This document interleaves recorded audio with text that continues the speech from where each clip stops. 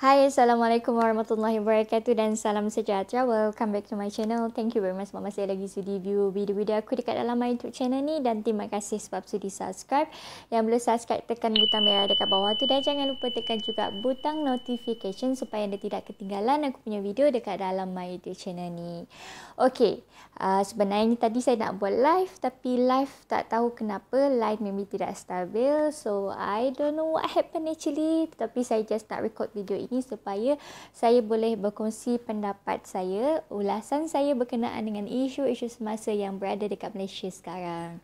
Okey, pertama sekali saya nak ucapkan tahniah kepada seluruh rakyat Malaysia sebab dapat melewati ujian COVID-19 ini bersama-sama untuk tempoh PKP fasa yang pertama iaitu 18 Mac hingga 31 Mac. Okay, so kita dah lepas frasa yang pertama.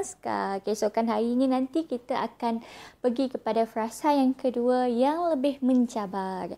So kenapa saya cakap lebih mencabar, bukan mendoakan yang buruk, tetapi of course pada frasa yang kedua ini kita akan ada kemungkinan bahawa jumlah ataupun graf mereka yang positif COVID-19 meningkat, okay, berbanding dengan fasa yang pertama. Okay, kenapa saya cakap seperti itu? Sebab saingan-saingan akan dibuat dengan giat sekali oleh Kementerian Kesihatan supaya dapat mengesan mereka-mereka yang positif COVID-19 dan kita dapat putuskan rantaian dia secepat yang mungkin, hopefully sampai 14 April ini. Seperti mana yang kita tahu semalam seluruh bazar Ramadan dibatalkan untuk kali tahun ini. Kenapa negara Malaysia ataupun kerajaan Malaysia mengutarakan seperti itu? Sebab they just want to be rational toward it, sebab ini merupakan krisis dunia, bukan hanya krisis sebuah negara. Sebab yang menempuhi ujian ini bukan hanya dekat Malaysia tapi 100 lebih buah negara yang lain. Okay, semua ada kes COVID-19.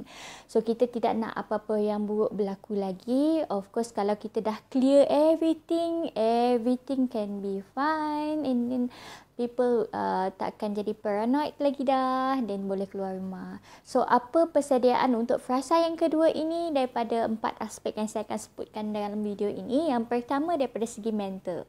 That is first thing that you have to prepare. Okay, daripada segi mental bagaimana? Fikir sesuatu benda, bukan fikir yang buruk, tetapi we are prepare for the worst. Kita kena bersedia sekiranya ada kemungkinan daripada 14 April akan dilanjutkan ke 28 April ataupun sampai ke 30 April. Kenapa saya cakap seperti itu? Okay, bayangkan kita ni sedang berada di medan perang. Okay, kita nak pergi berperang. Okay, of course kalau nak pergi berperang kita kena ada senjata, kita kena ada strategi, kita kena ada tentera, betul?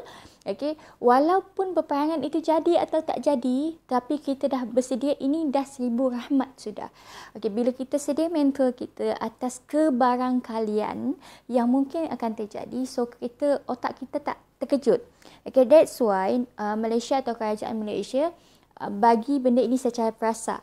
Okay, dia tak buat 18 April sehingga 18 Mac hingga 14 April. Untuk kali pertama diumumkan mereka letak 2 minggu dan kemungkinan 2 minggu lagi, kemudian 2 minggu lagi, bergantung kepada kes positif tersebut. So kita tengok kes positif sekarang walaupun tidak sampai ke 700 atau 900 kes, sampai ke tahap 100 ke atas itu dah kira sebagai kes yang tertinggi. So we have to prepare our mind to possible decisions from kerajaan.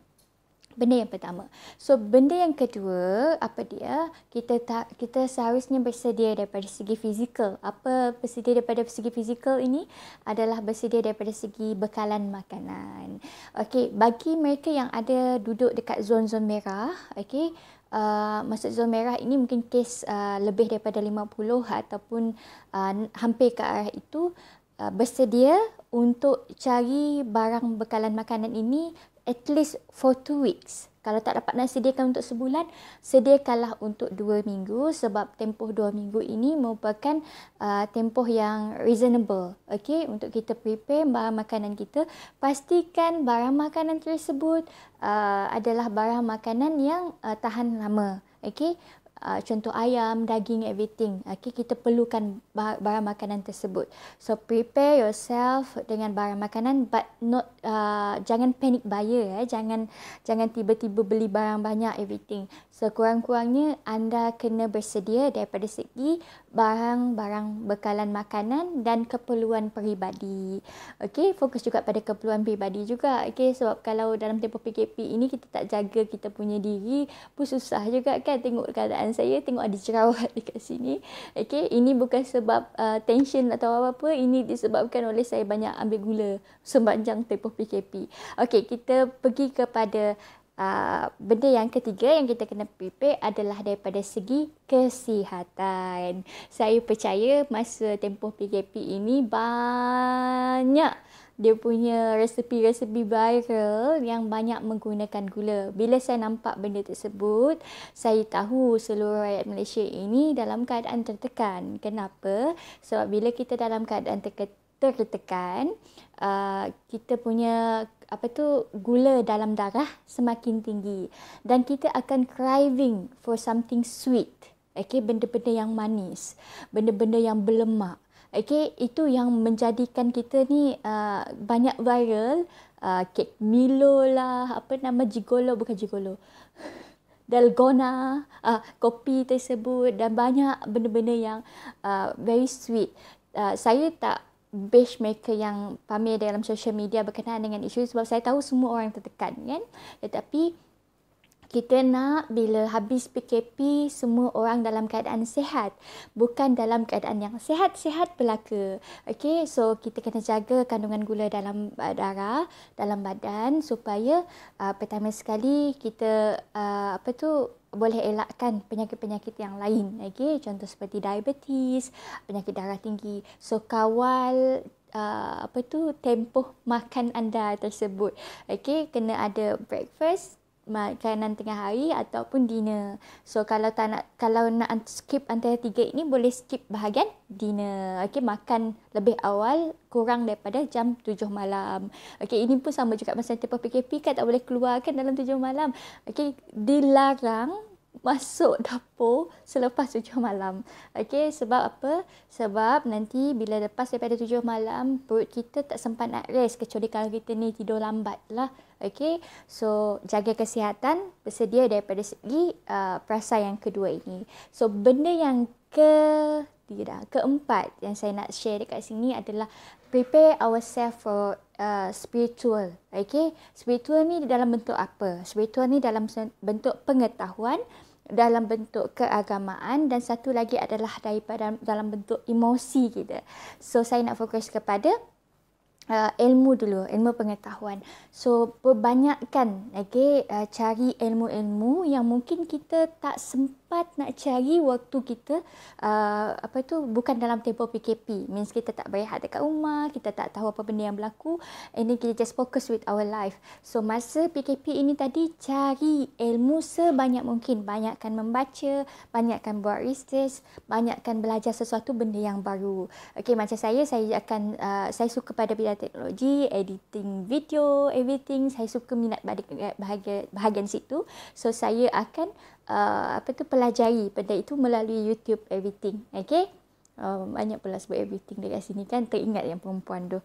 Okay, so kalau daripada segi spiritual, daripada segi keagamaan, kalau kita sebelum ini sibuk dengan rutin seharian kita, kurang masa, bukan tak ada masa, kurang masa untuk memperdalami ilmu pengetahuan agama. So masa inilah anda luangkan masa anda untuk dalami ilmu agama tersebut.